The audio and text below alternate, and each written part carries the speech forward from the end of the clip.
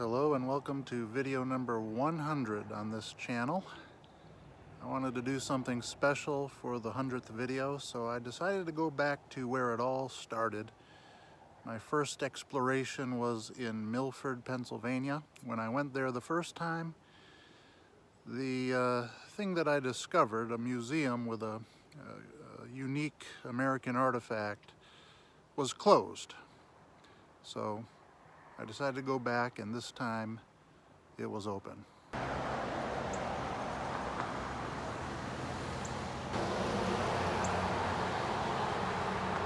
This is the spot where the exploring began. Birthplace of the American conservation movement, Milford. The first interesting thing I came across in my explorations was this sign, home of the Lincoln flag. This is the museum.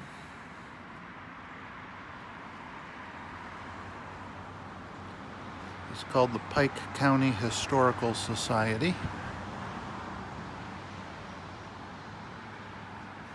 And this time it's open.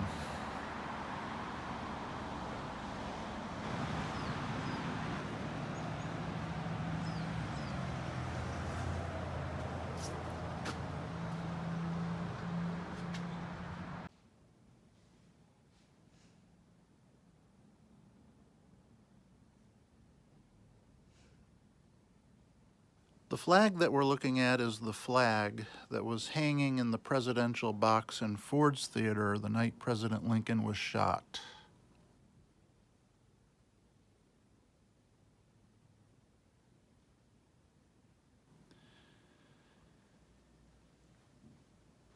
As the doctor was tending to President Lincoln, an actress named Laura Keene pulled the flag down, and she used it as a pillow underneath President Lincoln's head.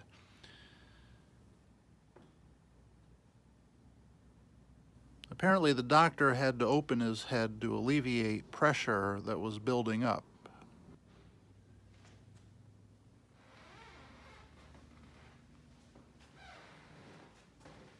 Now, the flag was taken home that night by stage manager Thomas Gourlay, and the Gourlays had 5 family members in the theater that night. One of them was Jeannie Gourlay. She and her sister were both in the play.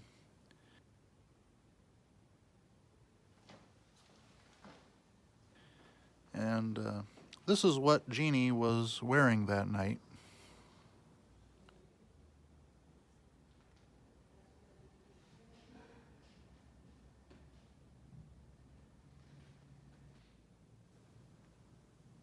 Notice the flag in that picture.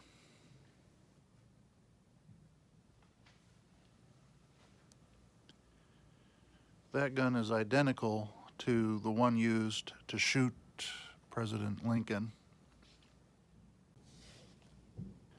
That's Jeannie Gourlay sitting and talking about the events of that night with a journalist who knew President Lincoln. She ended up with the flag, and eventually she gave it to her son, Paul, and he gave it to this museum. Obviously, forensic analysis has been conducted, and as I understand it, it's pretty much without question that this flag was in Ford's Theater that night, and they can tell that the blood on the flag is human blood, and that it's from an object being laid on the flag as opposed to being poured or splattered on the flag. So in other words, this flag is legit.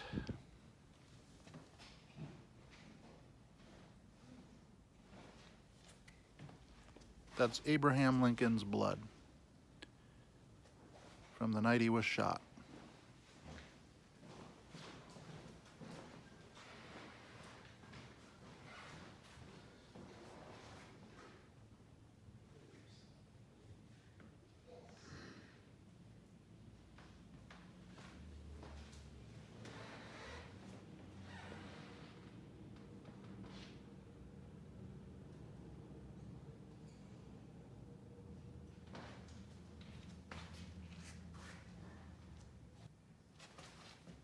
These are men from Pike County who fought in Gettysburg.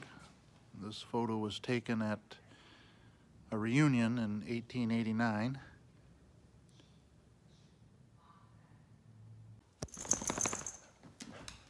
I've made a friend. Now, this display is also a little morbid. There was an awful murder here in Pike County where the husband murdered his wife. He tried to make it look like a suicide, but it was proven to be a murder. The man was publicly hanged, and a couple blocks from here is where they did that. This display shows the noose and the shackles and so forth used in that hanging. Kind of creeps me out a little bit. Where's that nice dog?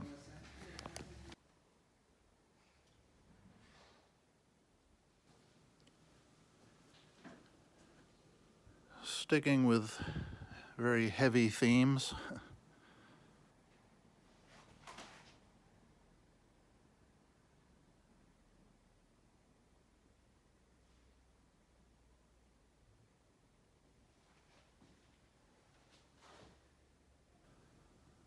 These headlines pretty much speak for themselves.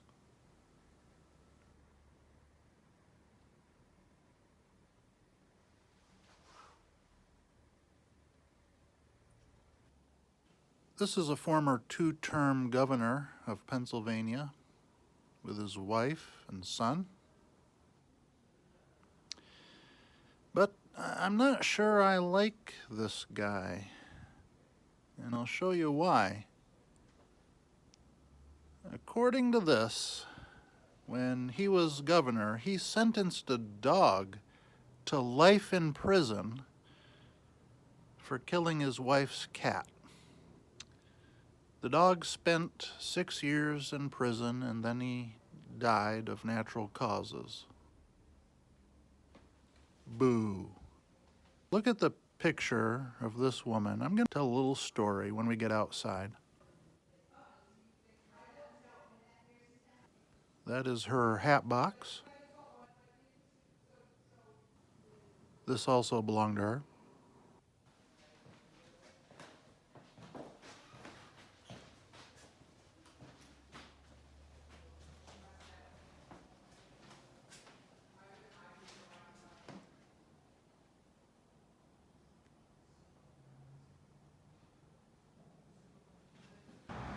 All right, we've made it outside. And while we walk along this main street, I'm going to tell a couple stories. And of course, I'm just repeating things I learned back at the museum, or maybe that I looked up on the internet. I'm not a historian. I'm not a history teacher. I'm always the student in these videos. But anyways, I mentioned that murder case and the hanging. That man was publicly hanged. This building in front of us is where that took place, on the second floor. Notice the bars on the windows. And I was told back at the museum that a lot of people came to watch that execution, and what they ended up doing is charging admission. And people paid and bought a ticket, and they were allowed to walk through the building and see basically the corpse of the prisoner hanging in the noose. You know, it's pretty messed up, kind of, isn't it?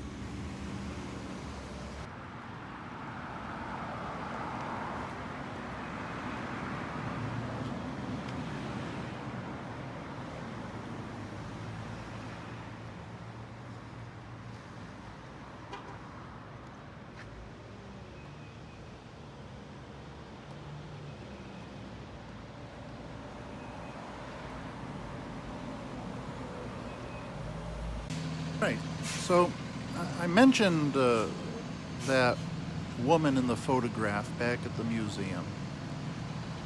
She is a very mysterious woman. Her name was Juliet Pur. Back in the very first video I did on this channel, we visited the home of Charles S. Pur. Juliet was his second wife. He was the founder of pragmatism. He's America's greatest philosopher, at least generally he's considered to be so. Great mathematician and so forth. Oh, look at this. Pretty cool. But his wife, Juliet, his second wife, was, again, a mystery. We really know nothing about Juliet before she married Charles. She claimed to be from France, but she also claimed to be a Habsburg princess. Some people speculate she was a Spanish gypsy. Many people believe she was Russian.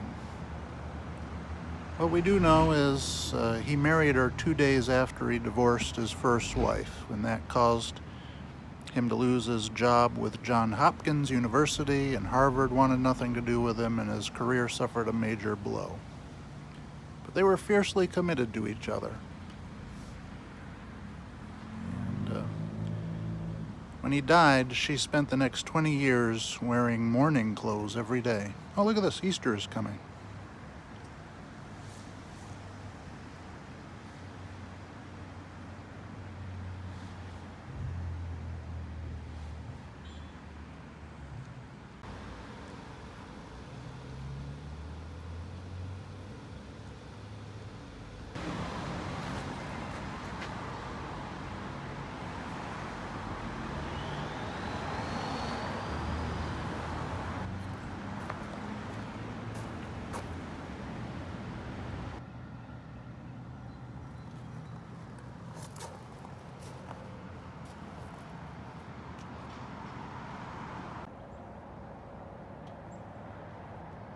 All right, it's a few days later,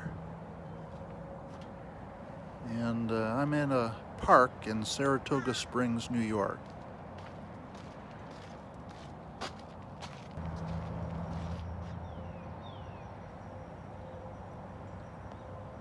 I know what you're thinking. You're thinking, those are the weirdest tennis courts I've ever seen. And of course, they're not tennis courts. They're pickleball courts. And pickleball is my other hobby. It's kind of a combination of tennis and ping pong and maybe even badminton. And I never did get around to making a video about pickleball. It's a fun sport, easy to learn, just the right amount of exercise for many people. If you haven't tried it, you really should.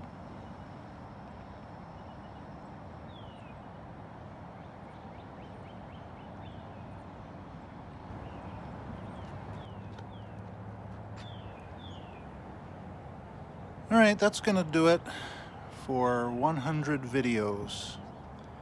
This has been a positive experience, and I've enjoyed it.